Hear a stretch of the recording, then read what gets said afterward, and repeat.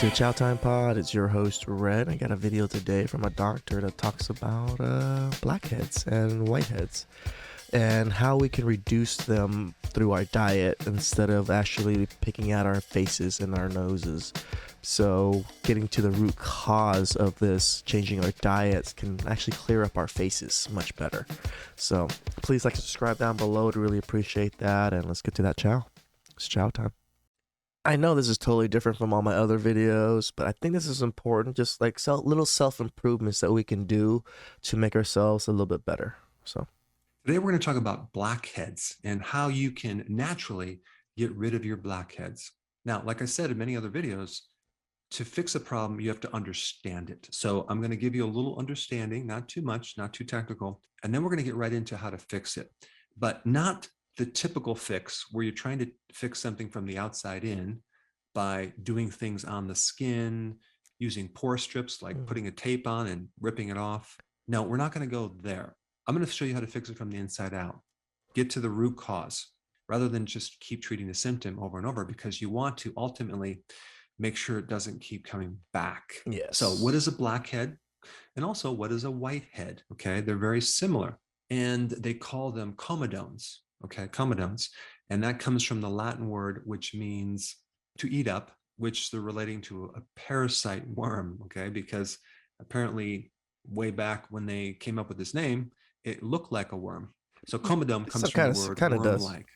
Now, the difference between a whitehead, which is called a closed comedone, and a blackhead, which is an open comedone, really just boils down to this one thing. In a blackhead, the material that's in the pores, okay, that's black, is being exposed to air or oxygen. So it's oxidizing, very similar to if you were to cut open an apple and leave it exposed to air, it's going to turn brown, right? Same exact thing happens in your skin. So a closed comedone, which is a whitehead, is like a little pimple. It has a membrane over the white material, and so it's not exposed to oxygen, so it's not going to turn brown or black. Makes sense. So that is the difference. So what we're dealing with is a clogged hair follicle / problem with the sebaceous gland, which is the oil gland. So we have this combination of things happening. And so this material is a combination of, and you can call it pus, which is oil, bacteria, and keratin, which is a type of protein. So we have oil, bacteria, and a little bit of protein, and that forms a little plug. And so what most people do, which is a big mistake, is start to overwash it and try to clean it out, thinking that it's dirt or dirty pores. This is what I did. Not that. It is. Yeah, this is what I want to do the video, because this is what I was doing. I was like over cleaning it, and it was kind of making my skin really dry and flaky because, you know, I'm getting rid of all that bacteria. So I was trying to figure out ways to fix it for myself, because if you've noticed a lot of pictures of older men and their noses, it gets really bad with the blackheads and whiteheads that they get. So I've always been worried about this. So I've always been kind of conscious about my nose building up, and then whenever it does build up quite a bit, I can see it. So I would always, you know, do the strips and get rid of it, but it keeps coming back. That's the problem. And I couldn't figure out what to do, really. So I went around looking for things. So I'm hoping this helps out other people in the same boat as me. Nothing to do with dirt in your pores, but not having. That's exactly what I thought it was when I was, yeah, you know, not too long ago. More. So they scrub their face, they overwash it, they use cleansers, and they start using this tape, or it's called a pore strip. I used to use that a lot. They just put this on their skin and they rip it off, or their nose, and they're trying to pull this stuff out. The problem is they end up making it worse because they don't realize that there's this layer of friendly bacteria and other microbes living on your skin that's part of your immune system that's protecting you against the bad bacteria. And so when you over cleanse or wash the area, you sterilize it, and now you make your skin wide open to becoming infected, because we do have a bit of an inflammatory infection going on in these small pores. So why is this material manifesting? Where's it coming from? What's involved? Well, if you look deeper, there's several things going on. We have a spike in androgens, okay? And you see this very commonly in puberty. That's why you see a lot of teenagers with blackheads. And so androgens is a type of testosterone. It occurs both in boys and girls. And there is a weaker testosterone and a stronger testosterone. It's called DHT. So basically, you see people with acne, blackheads, whiteheads with more DHT. So the question is, where does that come from? Mm-hmm. Well, that is coming from a spike in insulin, okay? And Ooh. another hormone, This makes sense. This totally makes sense. which is like insulin, called insulin like growth hormone number one. Don't get too caught up into the name. Just realize that there are two things that are making this occur. Both Okay. of them increase the oil production, the size of the pore, as well as some of this extra protein material. But Mm-hmm. that's really interesting, but it doesn't really tell us what to do unless we understand what triggers insulin and a spike in IGF number one. Mm. And that would be three Here we things. go, Okay. guys. Refined carbohydrates, which is a pretty broad category. We're talking about the sugars, we're talking about the bread, the pasta, the crackers, the waffles. This was a big thing for me. I ate a lot of rice, and rice would be considered one of these more refined sugars. So I had to cut down on rice quite a bit to kind of get rid of the issue I had with my nose.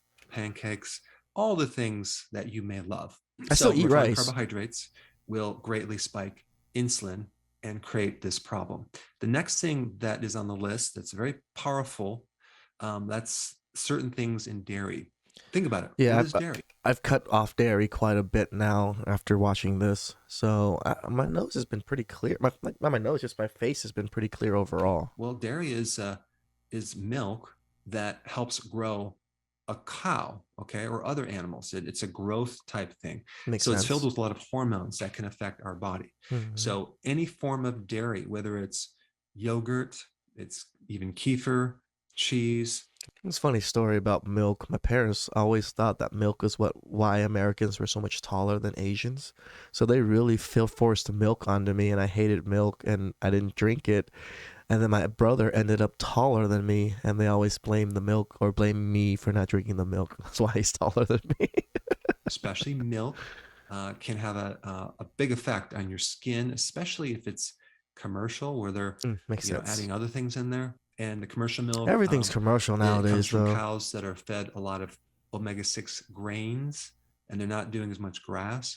Grass-fed cows have more beneficial things that are less anti-inflammatory. But anyway, all you need to know right now is dairy can definitely worsen this situation. Okay. And the third thing is a certain type of fat.